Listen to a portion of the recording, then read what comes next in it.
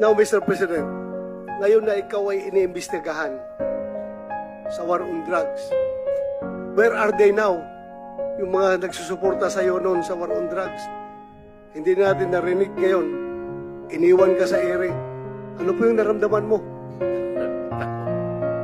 Alam ko kasi for the good time lang yan sila. Yung crisis kang ganito, wala ka namang kaibigan.